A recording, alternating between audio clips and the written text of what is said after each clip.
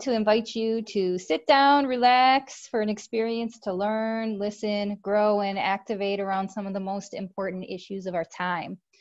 Together, we're building the kind of future we want to see. We have so many amazing sessions, healing by choice, bringing a welcoming space, activists sharing knowledge, critical race analysis, and more. On deck this week with the MEJC EJ Summit, Black Joy Healing Space on Thursday night. So definitely check that out. This weekend, Southwest Detroit, Know Your History. So thanks again for joining, and please remind friends, colleagues, comrades to register for the summit and to join the movement for environmental justice. You can check out the schedule and register at michiganej.org.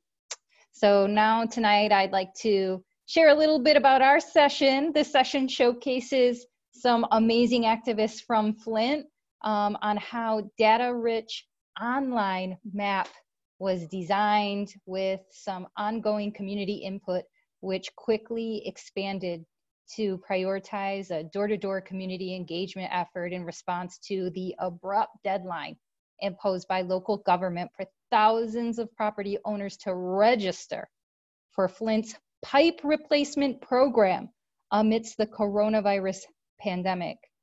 In response to Flint's concerns about government transparency in the wake of the water crisis, academic researchers, community organizers, and the city government worked to make residential water pipe information available, which was previously found on 100-year-old index cards, okay, from multiple different contractors. So this is now publicly available via online, interactive, colorblind-friendly, bilingual map.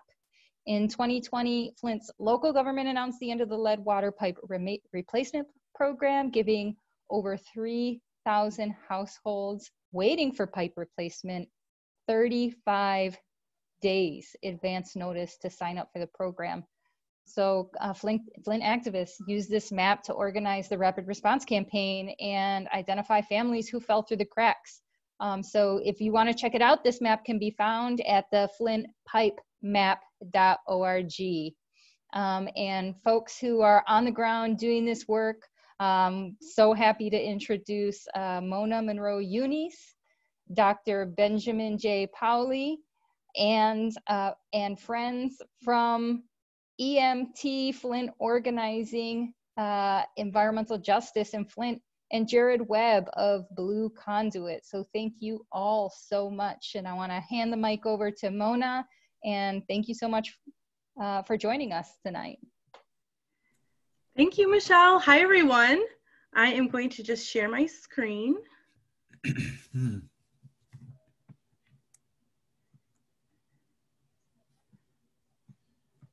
Having a little technical difficulty. And I'd be remiss if I didn't also welcome Karma from EMT. Thank you also for joining us tonight and all your work that you're doing every day in Flint. So thank you so much. And thanks for having me. Hand it over. Handing it over to you, Mona. Okay, great. I'm having a little difficulty sharing my screen. Sorry.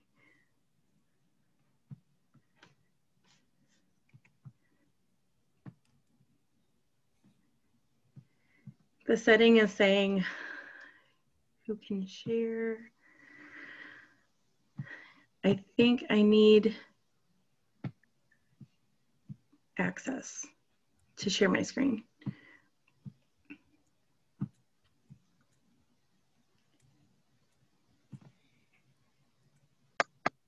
Okay, great.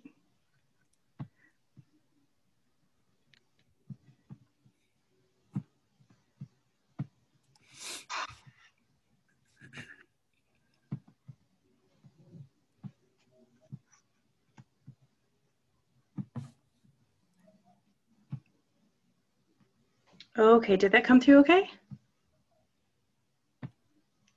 No, we're not seeing your screen, Mona. Hey, Ben, you have the presentation. We can definitely get. Oh, wait, here we go. Here we go. Oh. Woohoo! There it is. All right. Very good. Community power coming together. Up and away. Great, thanks everybody. We just want to show you our faces. Oops.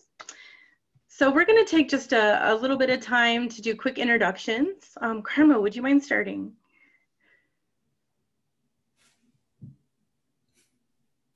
Go ahead and unmute yourself, Karma, so we can hear your beautiful voice.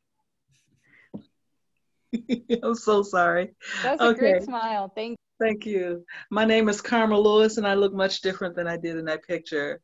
And I'm a Flint resident. I was born and raised here. I'm invested in my community. I am concerned about our environment because I need it to live. And I feel like it should need me to live. So we have to work together in order to make things right. Thank you. And I also do community outreach for the city of Flint. Well, for the city of Flint residents. I do community outreach to make sure that our people have the information that they need for the available resources out there. Thank you. Hi everyone, I'm Mona Monroe Eunice with the Environmental Transformation Movement of Flint, and helped found this organization with Karma and Ben and other initial board members. And we organized in 2018 in order to be a force for change and be a movement building organization around environmental justice issues in Flint. So that's just a little bit about me. I would just say I've done partnership development work in Flint for over 15 years. And it's where my heart is, and I love our community. I'm a resident here in Flint. And so, you know, this work it just touches all of our lives. Thank you for being here and letting us share a story with you. I'm Ben Pauley, and I'm also a resident. I'm an assistant professor of social science at Kettering University here in Flint, and I am president of the board of directors with ETM Flint. Hi everyone, I'm Jared Webb. I also do not look like my picture. I am the chief data scientist at Blue Conduit, but formerly I was a researcher at the University of Michigan, where I started working with the community to develop these tools and create data-driven solutions for Flint in response to the water crisis that they've been experiencing for the past several years.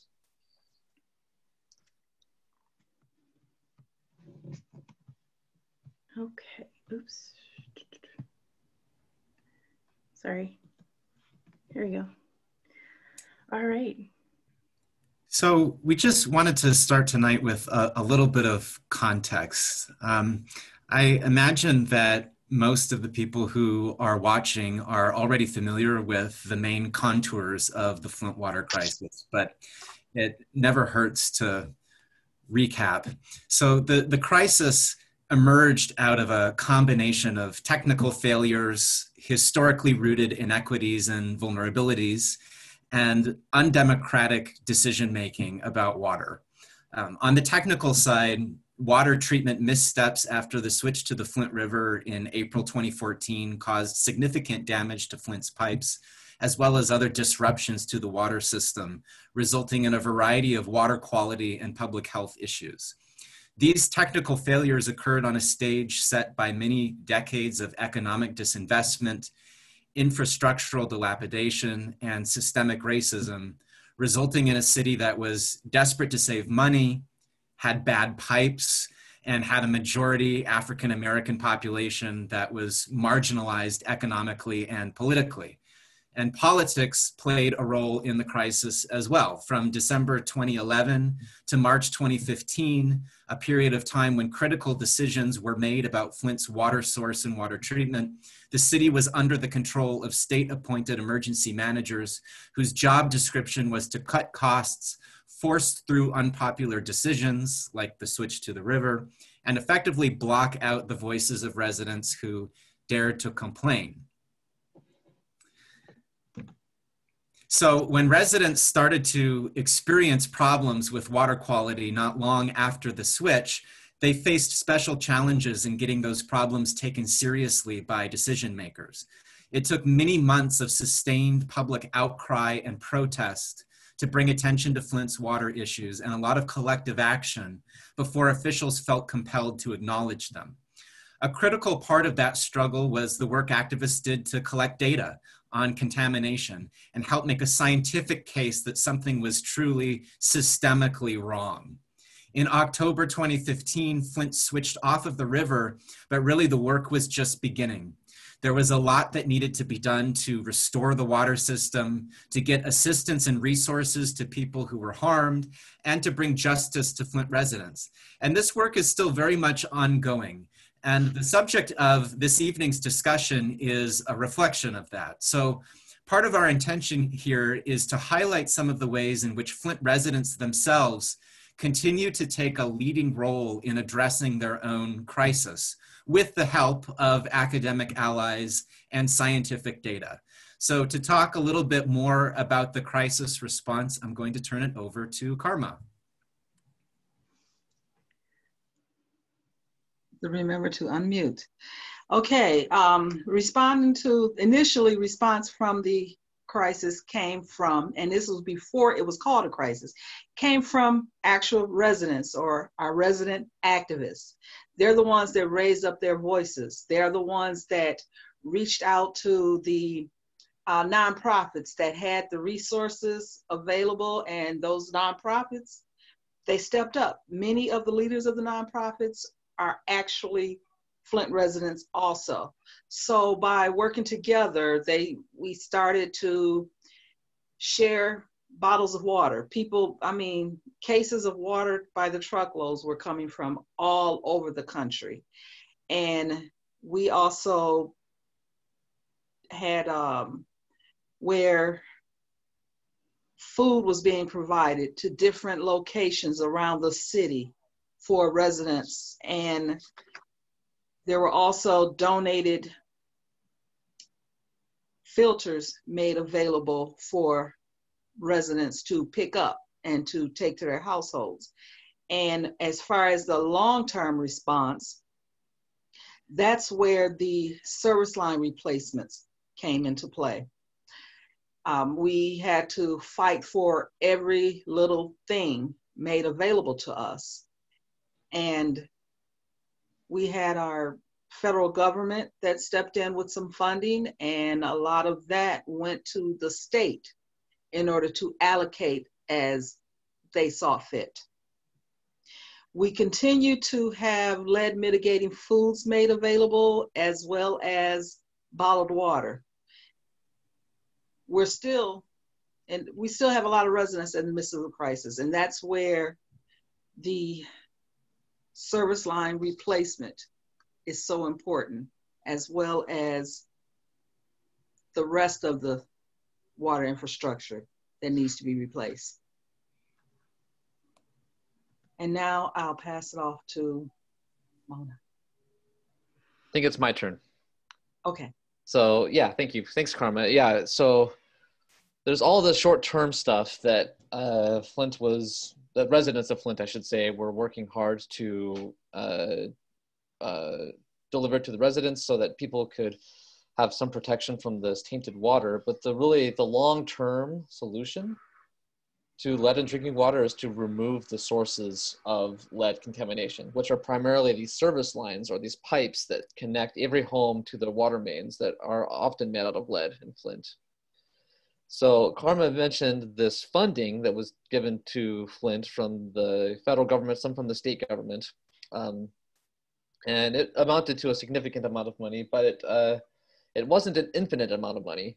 And in fact, it wasn't enough money to dig up every single house at every single service line in Flint. So the question becomes, well, which houses do you go to? And at first, the city failed to produce any records whatsoever about which houses had lead pipes and which ones had copper pipes. And so they were going and digging holes in the ground and finding copper pipes, shutting down a street, finding a copper pipe, and then filling the hole back in again. So this does accomplish something. It gives that person and that resident peace of mind to know that they do not have a lead service line. However, that is one hole that will not be dug at a house that has a lead service line. So eventually the city was able to find some hand-drawn maps. You see here in the slide a picture of these hand-drawn maps that are ironically water damaged, that have some information about which houses have lead pipes maybe. There wasn't a legend on these maps. But these maps were digitized by a group of students at the University of Michigan Flint under the direction of Dr. Martin Kaufman, I should say. And these records were made available to the public. And this was a great first step. However, eventually it was discovered that these were wrong about as often as they were right. And so even though there was some records for some houses in Flint, it wasn't enough to know which, that didn't tell us, there wasn't a magic bullet to say which houses have lead pipes and which ones don't. So that's where artificial intelligence comes in. So let's go to the next slide. And this is where our group at the University of Michigan started working with the city. And what we did is we took information, including these digitized records from Dr. Kaufman's group, and built an artificial intelligence model to predict which houses in Flint have lead pipes and which ones have a copper pipe. Now, some of the, we tried to build this model based on anything we could find out about every house in the city. So that includes publicly available information, like, like parcel information. What year was the house built? What's the zoning for this particular house? What building style does it have? And then we also put together some other information as well, including like what type of fire hydrant is closest to each house. And we built a model that could predict which houses had lead pipes and which ones don't. And in fact, this model became quite accurate over time. And we were able to deliver the results of this model to the organizers of those replacement efforts so that we could they could choose which houses to go to in order to make the biggest impact possible in removing lead service lines. So let's go to the next slide. So these three maps each show kind of the progress over time in Flint as this model was being used. So in 2016, towards the end of 2016, this work was just barely getting started, but we were finding lead pretty consistently in a few select neighborhoods. 2017 is when the work really accelerated for the lead service line removal. Each one of these, on this map, each red dot represents a house that has a lead service line. And each green dot gives us, shows where they went and dug a hole and confirmed that it was a copper pipe, but that it wasn't a lead pipe at all. And so you can see in 2017, when we started to scale up, we were still doing a great job of finding lead service lines throughout the city. And then we see 2018. And you start seeing a lot of green showing up on the map. And you might ask, well, did the model stop working? Did the code, was there a problem somewhere that the model started producing garbage results? It turns out, in fact, that in 2018, the model had stopped being used at all. If we go to the next slide,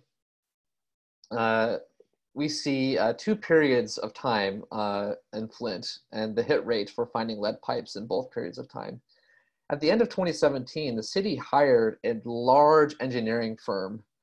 I won't name names on this presentation, but you can use Google and find out, I suppose, what the name of this firm is.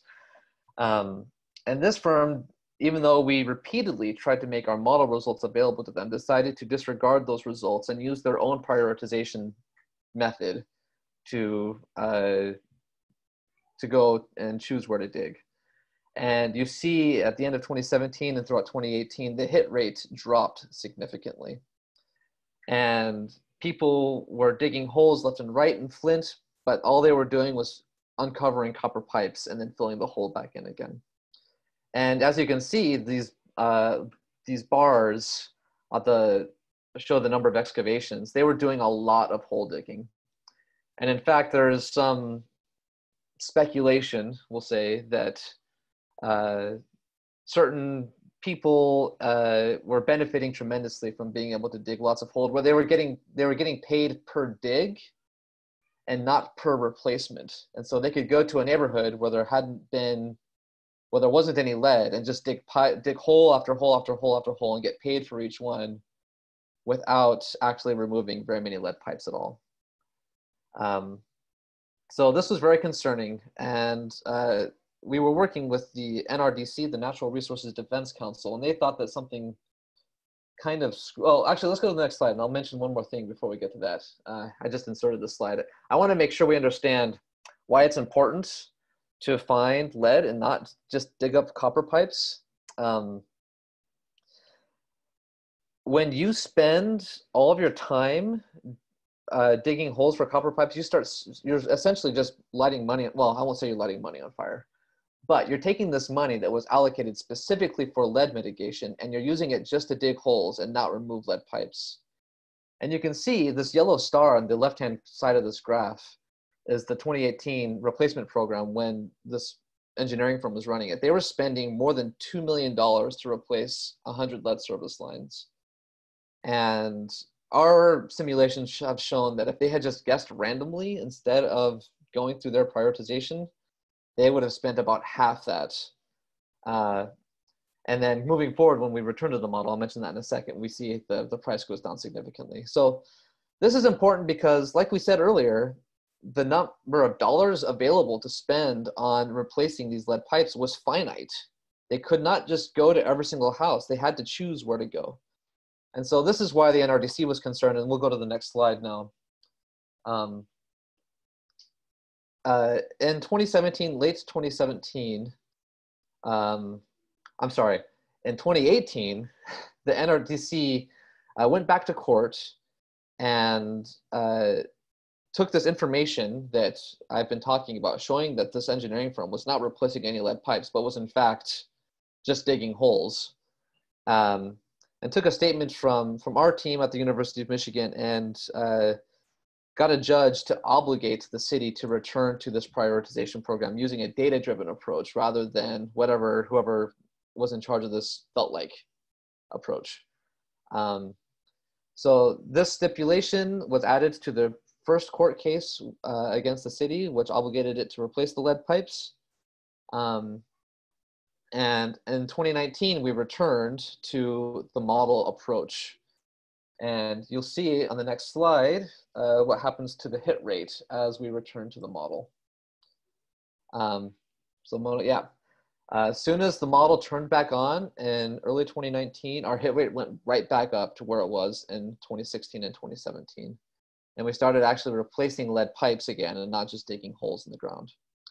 And if we go, I'm sorry, Mona, to have you do this, going back. If we go back a couple slides to slide 10, we see this green star shows how much money the city was using to replace 100 service lines, well south of $1 million per 100 service lines.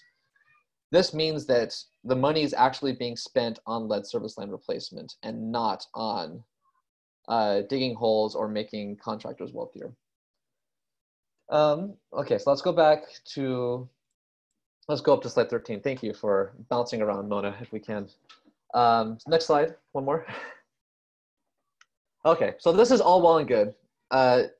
However, all of this information that we had about the city, we were only using it to talk to some key decision makers, engineers, politicians, city council, things like this. We realized that we had all this information, but we weren't about the city that wasn't being made available to the city. And that actually we had gone several years like this. And we felt like this was a mistake that we needed to correct and repent from that course of action. So we wanted to take these very technical maps that we had created and create something that actually would serve residents, just the average person in Flint. We wanted to make the people's data available to the people instead of only to a select group of researchers and academics. So we started this process of figuring out how we wanted to share this information with the city. And we consulted with experts in public health communication. But I think more importantly, besides consulting with experts, we also consulted with the community itself. And I want to give credit to Dr. Stacy Woods from the NRDC, who really was driving this process and making it so that we were incorporating this feedback, figuring out what worked and what doesn't work with community members, people that are actually in Flint and not, you know, people off in the ivory tower somewhere. And we'll just go for the next few slides. We're going to go over some of the key principles we decided to use for designing this map based on this feedback, and then what this map looked like. I really wish I put a slide in comparing the old maps, because they are ugly and horrible compared to what you're going to see coming up. But really, we wanted to develop this map, and you can go to flintpipemap.org/map, or just flintpipemap.org and click on the map link and see this map now. It's live. But we wanted to design this map around some key principles. We really wanted to inspire action for residents in Flint. We didn't want people to feel powerless. We wanted them to feel like they could do something with this information, and not just, we didn't want to overwhelm them with it. We wanted to have the map be very quick to get to. We didn't want to have people click through a bunch of websites or whatever trying to get to this information. It needed to be front and center and available as soon as possible. Along those lines, we also didn't want to overwhelm with tons and tons of information at each home. We wanted people to be able to find out what was most important to them, which was, does my house have a lead service line, or did it ever have a lead service line? And everything on the map is geared towards that purpose of making sure that that information is available and not drowned in a bunch of other stuff. Finally, we wanted to make sure that this map would be available to people of all abilities and all cultures. We made the map available in Spanish, which is the second most common language spoken in Flint. And then we also made a colorblind version. And we'll see what that looks like in a few slides here.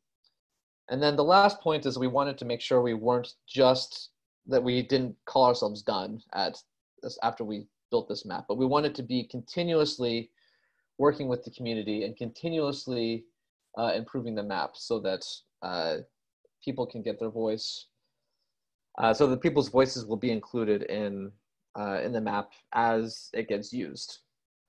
So let's go to the next slide. We'll take a look at what this map looks like. So here's just a couple of screenshots of the map, kind of a big picture. When you first click on it, you get a bird's eye view of the city, and you get to see what has been confirmed copper or replaced with a copper pipe, what's lead, and you kind of get an idea of what progress has been made throughout the city. As you zoom into the map, you'll see kind of a better resolution. You can zoom into your own neighborhood, and you can see what work has been done and what work remains to be done within your neighborhood. As you click on a home, so you can see kind of in this message box on the right-hand picture here, we tell the user what the current service line is made out of at that location, and when that was verified, and then finally what used to be there once it's been verified, or if it used to be lead and is now copper. You see, besides the dark green and the dark red, there's also these other colors floating around on the map. And these colors take our model outputs and make them available to the city. So if there's not a confirmed confirmed service line material at one of these homes, a color is assigned to each lot to convey the probability or the likelihood that there's a lead pipe in that house. So you can see in this particular area that's zoomed in, there are some really light green houses which are low probability of having a lead service line. They probably have a copper pipe already. Then you've got these yellow where there's an amount of uncertainty about whether or not there's a lead service line, and then orange indicates that there's actually a high probability of a lead service line at this location, and that these locations should be prioritized. And if you live at one of these houses, you should know that. You have a right to know that. And you can use this information to hopefully bring the city, call them to account and replace your service line as soon as possible. So if we go to the next slide, we'll see kind of zoomed in what this looks like. Here's a different neighborhood in Flint, one particular street where there hasn't been much attention yet, where there needs to be attention. And we want to make this very visible and very easy to see, very easy to understand. Even down, like the color scheme was chosen to be sort of universally understood by people: green, good, go; red, bad, stop, danger. And so, yeah, we just want to make that as clear as possible and as actionable as possible. Now, there's one issue with red and green being universally understood as good or bad, go, stop, in culture. And it's that the most common kind of color blindness is red-green color blindness. And so you can't, if you are red-green colorblind, you can't distinguish those colors. So if we go to the next slide, we see our carefully chosen colorblind-friendly version of the map. So we consulted with experts who gave us some tools to choose this color scheme that might be easy to understand to someone that is colorblind. And then also we have our Spanish language version of the map. We have all of the materials translated into Spanish and available to anyone that doesn't have English as a primary language. So yeah, just to recap, we wanted this map to be accessible to everyone. We wanted it to be really easy to understand. We didn't want people to have academic training or to really know what a precise definition of probability is or what artificial intelligence is in order to use this map. We wanted this to be as accessible as possible, to empower the people of Flint to use this information for the ways that, as they needed to create a sense of agency, even that this is not completely out of their control, but that they can do something about the map. I'm sorry, something about the lead service lines. And we'll talk in the subsequent slides about some of what that response has been and how people have used this map to empower activists and residents in Flint. All right. Thank you, Jared, for walking us through those details. I hope everybody is excited to see the map. And if there's people from Flint out there, I encourage you to look up your address and see what data is there about your own property. So, I was going to say last month, but in August 13th, there was a press release issued by the city of Flint announcing that there was going to be a new deadline for signing up for the pipe replacement program. And so we decided we needed to mobilize really fast. At that point, there were about 3,000 properties not yet reached. And many, many more. If you saw I'm just going to go back for a second. The grayed out part is where there's no active, no verified water account, which means that there was no water account verified at any point since March 2017. And that's of importance because if you are, in order for your property to be eligible, there had to have been an active water account. And I think the idea is to not be spending money on pipe replacement for, many, many homes in Flint that are not habitable. We have a big blight issue here that comes from decades of disinvestment, and it's a complicated issue. But that's what the gray is on the map. And if you know anybody who has a property like that, and there are cases of people who are living in properties without active water accounts. These are occupied properties. If there's a way to get people to activate a water account, put a couple $100s in if you can, and because the value of the pipe replacement can be up to $5,000. It's substantial. And part of our healing is that the state will pay for this. That it's not just healing our infrastructure, but healing from the water crisis itself. So we're all due this. And we'll talk more a little bit about the challenges later, but the deadline was set for 35 days out. So we had until September 18th to really move and work with as many neighborhood groups as possible to get the word out and use the map to be very strategic and supporting neighborhood groups and being very strategic in how they use their time to reach out to fellow neighbors to encourage people to sign up before the deadline. So we wanted to talk a little bit about what this partnership looked like. This was not a formalized partnership. This, was a part of a rapid response. So we weren't taking time to sit down and come up with memorandums of understanding or anything like that. We realized we needed to be strategic, and the map had been years in the making, which we were very, very lucky and thankful to have at our disposal. And just reached out to Jared and his team, and to just get make sure we had a very clear understanding of the map. And so that as we communicated with residents, we were being very accurate in informing people how to use the map, and just trying to spread the word that this map is for all of us, let's use it.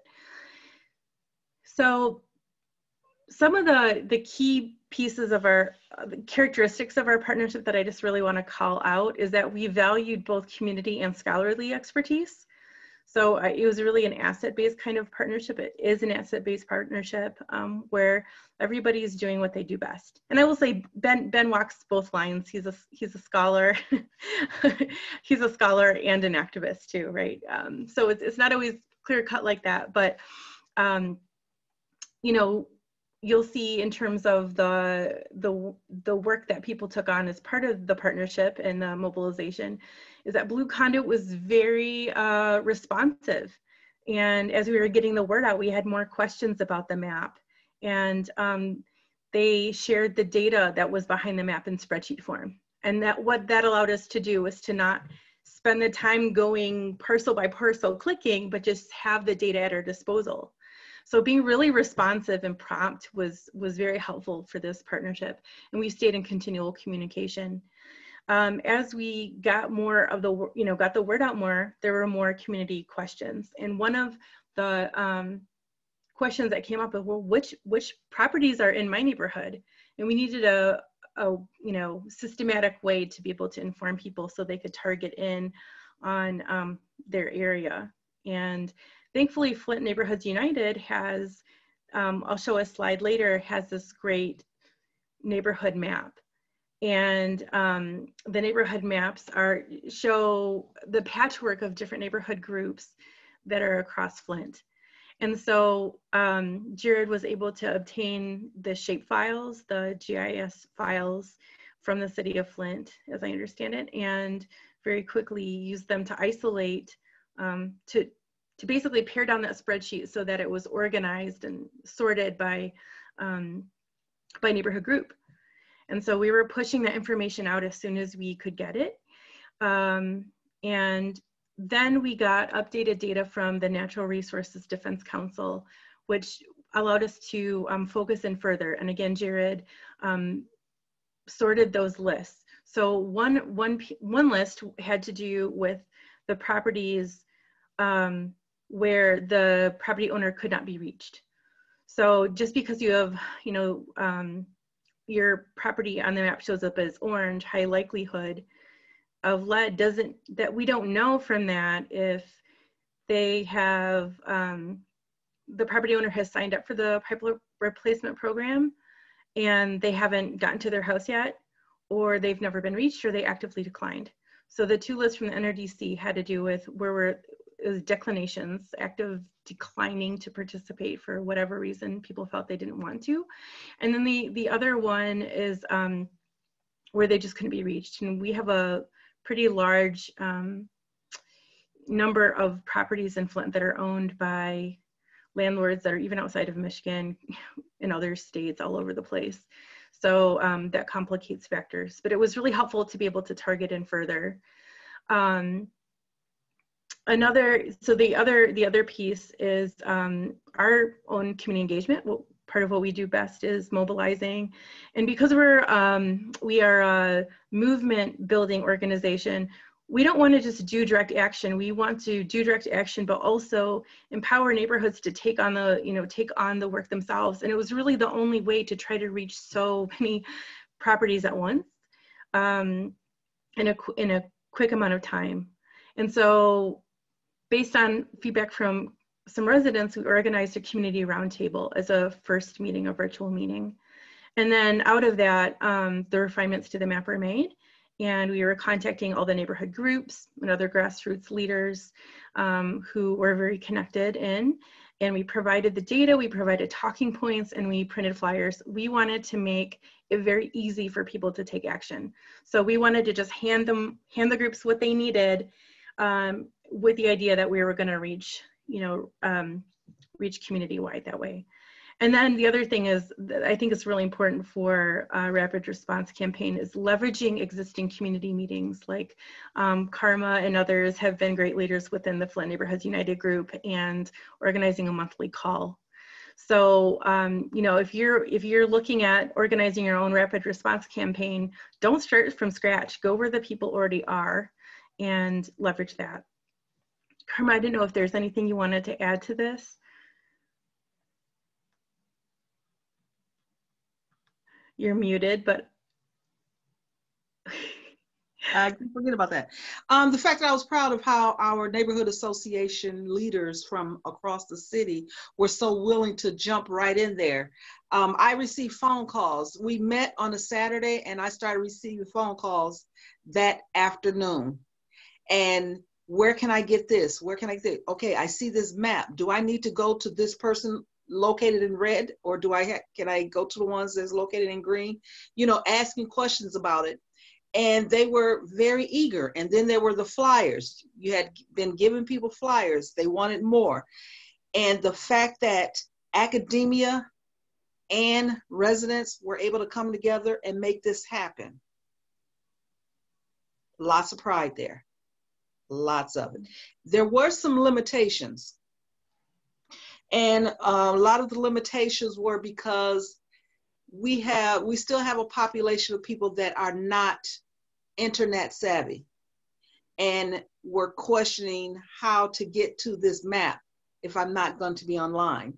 And so with them, we were able to connect them with some of their family members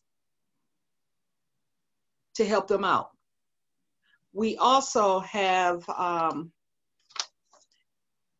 because of COVID, people were not able to go to the normal places where they can access the computer. We had people that would go down to City Hall's information desk to ask questions. They were closed. So those were some of the challenges. And by having these groups, neighborhood associations, the residents going door to door, canvassing their own neighborhoods, they're able to connect with the people and communicate this information with someone that they trust. Because it was easier for that to happen than to have the government to send someone door to door, because a lot of people still believe if it was not for the government, we never would have been in this predicament. Yeah, that's a great point. And now at at this point in the pipe replacement program, we're trying to reach the harder to reach folks. Many people signed up earlier on, and so now that neighborhood grassroots organizing is really important, because even contractors going door to door they're not going to get the same listening as if it's your fellow resident reaching out to you. So I just want to highlight a couple other challenges. One of the things we talked through was they need to connect to some of the harder to reach folks through social networks. It's time consuming to try to track people down, but it's a great strategy. Our limitation there was just having more time. It took time to gear up, build, write the talking points, try to clarify. And the emails were long. That was a challenge, trying to help people interpret the map. It's very reader friendly, but it's still a lot of information for people to take in all at once. And so we were trying to break down the steps for everything. And then, again, trying to reach absentee landlords and out-of-state property owners is always very challenging. And we don't know if there are people who haven't responded to the pipe replacement program or opted out because they just use their own funds to change the pipes. When people are very distrustful, and understandably, of government, because the water crisis was created by government, a lot of words I could use, inaction, being inept. It's hard to trust some of the same actors, even though the people have changed, the institutions are the same. And so, you know, some people have shelled out of their own pockets to change the pipes for their own funds, which again is like about $5,000, depending on how much length of pipe you have to change. So those were some of the challenges. I want to go back one slide. As Karma was saying, people started calling us, you know, different people from ETM Flint, to ask more questions, to connect us to other family members, to connect us to other landlords. We got a tip like, oh, there hasn't been outreach to the Genesee Landlords Association. You should really talk with them. And people who don't have, you know, we were strategizing with some people who didn't have access to, you know, didn't have online access. And so what happened was that there was a ripple effect. Some of the things that we saw were that for neighborhood groups that were willing to go door to door, we dropped off flyers and they did their thing. Again, COVID was challenging because you have a lot of grassroots leaders who are elders and very susceptible to COVID-19. And so we left it up to people to decide, and we just encouraged if people were comfortable going door to door, that they use social distancing, wear masks, and so on. We also were able to have a conversation with Mayor Neely at the September Flint Neighborhoods United FNU monthly meeting. And out of that, he said he was open to the possibility of extending that deadline, but keep working toward that deadline as though it were firm, and that's what we have done. And as you can see at, you know, the bottom point is we got informal news that that deadline has been extended. The website has been changed to say that you know, not a new date for the deadline being extended, but that, you know, apply now, opt in now, while the program is still operating. So that's good news to build on. We also were connected with others, like through the FNU meeting. Somebody was like, hey, we're having this census event. It's a drive-up event with a taco truck. You should come and pass out flyers there. So we were, again, trying to use existing events and opportunities to meet people where they're already going. And that was a great opportunity because I met one neighborhood leader there who was like, oh, we're going to do flyering tomorrow. Can I have 250 copies of this flyer? Yes, take them. And then again, the word of mouth was so important. So now that we know that there is more time, we are continuing the campaign. It's not over. We wanted to share with you our experiences while we had the opportunity through the MAG Summit, but this is still going on. We're still very much in the middle of it. So a couple of things that are our next steps is doing deeper community outreach. We did a lot of email communication out to neighborhood groups because we had email addresses, but one thing I really want to do next is schedule calls with each group and just work with them more closely to go over the data and see, you know, we'd always said, oh, if you want any help canvassing, let us know. We're willing to hit the ground with you. And I think having more of that personal connection will even increase the chances that people are reaching out to neighbors. Also with the Genesee County Land Bank, which is in existence as a strategy to address the expansive vacancy that we have in Flint. The land bank does have some properties that are habitable. And so, you know, Mayor Neely said he was going to reach out to the land bank, and we look forward to following up with him soon to see if there is an outcome from that conversation. But there's really an opportunity to say, okay, how do we work with these large property owners, not just the land bank, but it's a big one, to make sure that those properties that should be prioritized for pipe replacement benefit from this program. We've reached out to the Genesee Landlords Association, and they're gonna put information on their website this week about the program and make sure that landlords across the county, and definitely all landlords in Flint, get the information. And then we're thinking about using different tools, more tools to reach property owners through social networks. Again, using the map helps us understand about what's happening in terms of the water infrastructure. And we also need to use online tools like Facebook and others to connect with people in a more personal level. The second thing is really we want to work in partnership with the city. We want to support the success of the city in this program, you know, not to be in opposition at all. We want to support the development of a vacant property strategy. So this administration inherited a program, and it was following the 2017 settlement agreement, and by way of, you know, just contacting property owners that had had active water accounts since 2017. There has not, as far as I know, been an intentional vacant land strategy to try to reach property owners of not the vacant lots, not the ones where the houses have been torn down. I would love to get all the let out, and this is just my own personal opinion as a resident. I would love to get all of the let out, and I think that's a conversation we still need to have. I'm very concerned about the impacts in 10 years, 20 years, 30 years of properties that could be redeveloped, but have a challenge. I don't know if it would completely sideline projects like that, but it's a challenge that new property owners be saddled with a $5,000 bill just to replace a pipe. So that's a concern. But given that the money is limited,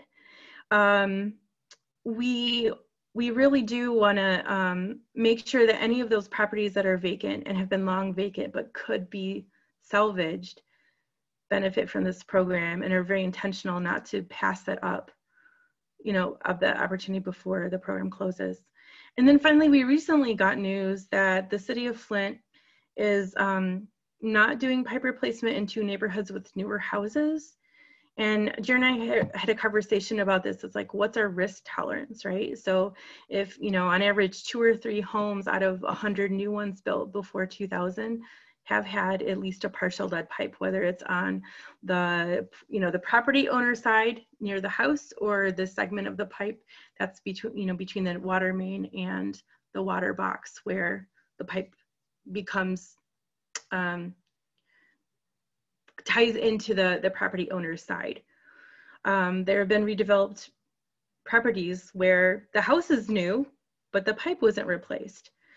And so, you know, our position is that is not only just because it's part of the healing of our community, but because it's the right thing to do, is every resident should have the opportunity to choose if they opt into the pipe replacement program. And with Smith Village in particular, there are houses that are 70 years old, blocks from houses, even next door to houses that are constructed in the last 20 years. So it is really concerning that these neighborhoods have been excluded. And so we want to have conversations with the city to support reversing that policy.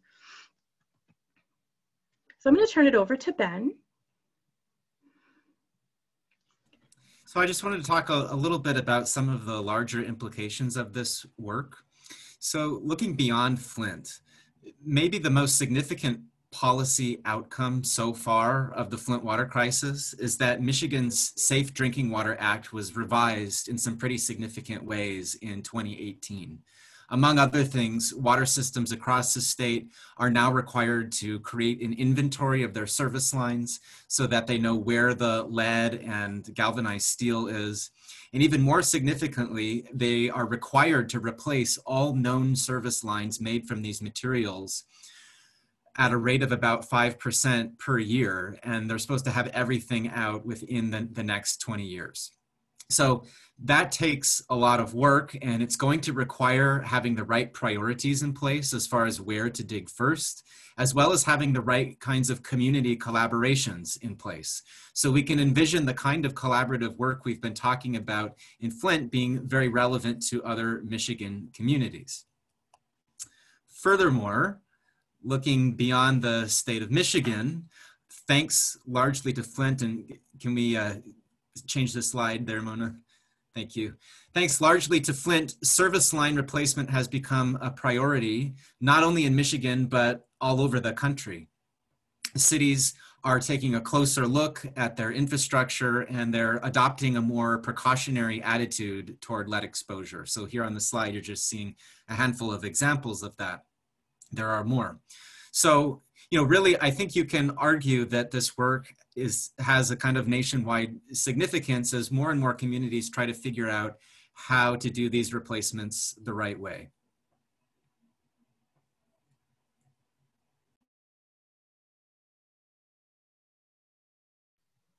Okay, I'm going to turn it over to Karma for this one.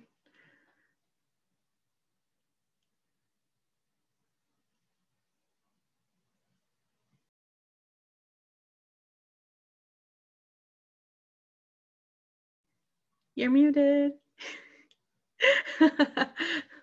Technology. I know. It is important for us to keep in mind that when dealing with Flint, because of everything we've gone through, a lot of our residents that normally did not know how to use data now know how to use data. They know, I can't find a good term. They know crap when they see it. And so they have no problem holding our leaders' feet to the fire to make sure they are doing the right thing. They are very well aware of how to prioritize what's important and have no problem with speaking up. Even though a lot of our people that are doing a lot of this work are volunteers and that capacity is limited, they're still out there doing it. For instance, we have 3 locations where bottled water is being given away as well as food. They're all being manned by volunteers, people that do not receive a paycheck, and they're out there doing it all the time. Back to you, Mona. Thank you, Karma. You're welcome. So we just wanted to also recap. I really appreciate Karma's point. It's just so important to understand the contributions of volunteers in any kind of rapid response, community response. And so we hope that this has been helpful to you, viewers out there, as you organize your campaigns, or if there's ones in the future where you're trying to make a difference in your neighborhood, or even beyond your neighborhood, just making a difference broader in your community. And if you're in a position where you realize you have to act really fast to be able to make the difference that you want to make, we just wanted to recap a few key points from this presentation. So one is, make an effort to make data truly accessible through outreach tools that's developed with all community members in mind. Now, in our, one caveat with our own experience is that, Jared and his colleagues have been working on that map for 4 years before our campaign. So it's helpful to think about now, what kind of data might you need in 5 years? And thankfully we did have this. But even if you don't have something as detailed as what we have, getting your hands on data and helping other residents be able to use it and interpret it is really important. And also using data to prioritize campaign actions. If you're like me, you're doing a lot of your volunteer work after you put your kid to bed at night. And you're balancing work and life and your volunteer work and sleep and just having a life of your own. And so our energy and the money to do pipe replacement both have limitations. And so we just want to honor our own well-being and do what's right for our city, but really be thoughtful and very intentionally strategic to prioritize where we spend our energy and resources.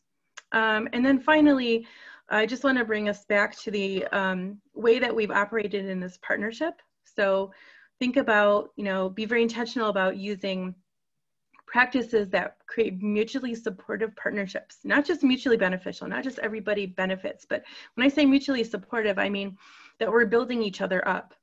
I want Blue Conduit to be seen as so successful because of the great work that they've done with us, that other cities work with them and benefit from their expertise. And we certainly have benefited from the partnership with Blue Conduit because they've been very responsive so that we could be responsive to our community as well. So you can make a difference, and these are just some ways to be as effective as possible. Before we go into question and answer, we just wanted to point people to where to go. If you're a Flint resident or a Flint property owner, or you have friends in Flint, please point them to this information. So the City of Flint's website, cityoflint.com/get-the-let-out, is where you go to download the consent form to opt into the pipe replacement program. There's the phone number, 810-410-1133. And if you want to email for more information, get-the-let-out@cityoflint.com. On the left-hand image is a screenshot of the website, where you can also see current data updated as of October 2nd about the excavations and line replacements. And then on the right-hand side, you can actually see the consent form. And I just want to underscore how very easy it is to fill this thing out. It's basically just your name, your address, contact information, and your signature. You don't need, where it says parcel ID, the PID is like the tax parcel number. You don't have to have if you don't know it. And then just one other piece of news, if you look that image on the left where it says request a consent form here, I was initially under the impression that that was an online form, that was enough to fill out to opt into the program. But what it does is it kicks your contact information to the City of Flint, and they will contact you with a paper form.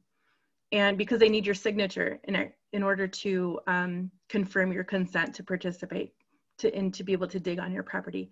So again, cityoflint.com/get-the-let-out. Please visit this. And then Flint Pipe Map is flintpipemap.com or .org, right? It's .org. Please make use of these resources. So now we're going to go to questions. And our friends at MAGC, can you let us know if we have any questions from the audience?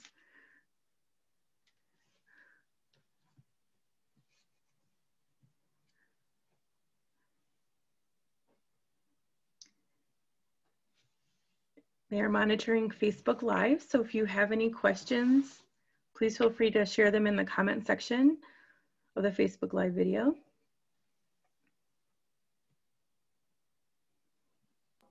I'm just looking now, pulling the Facebook up on my phone so I don't mess up all of your beautiful slides. It doesn't look like we have any Facebook Live questions, but we did have a good turnout, and thanks so much for all the amazing information, Mona. Great, thank you all for watching. So is there anything else anybody had wanted to share and didn't get a chance to before we close out today's webinar?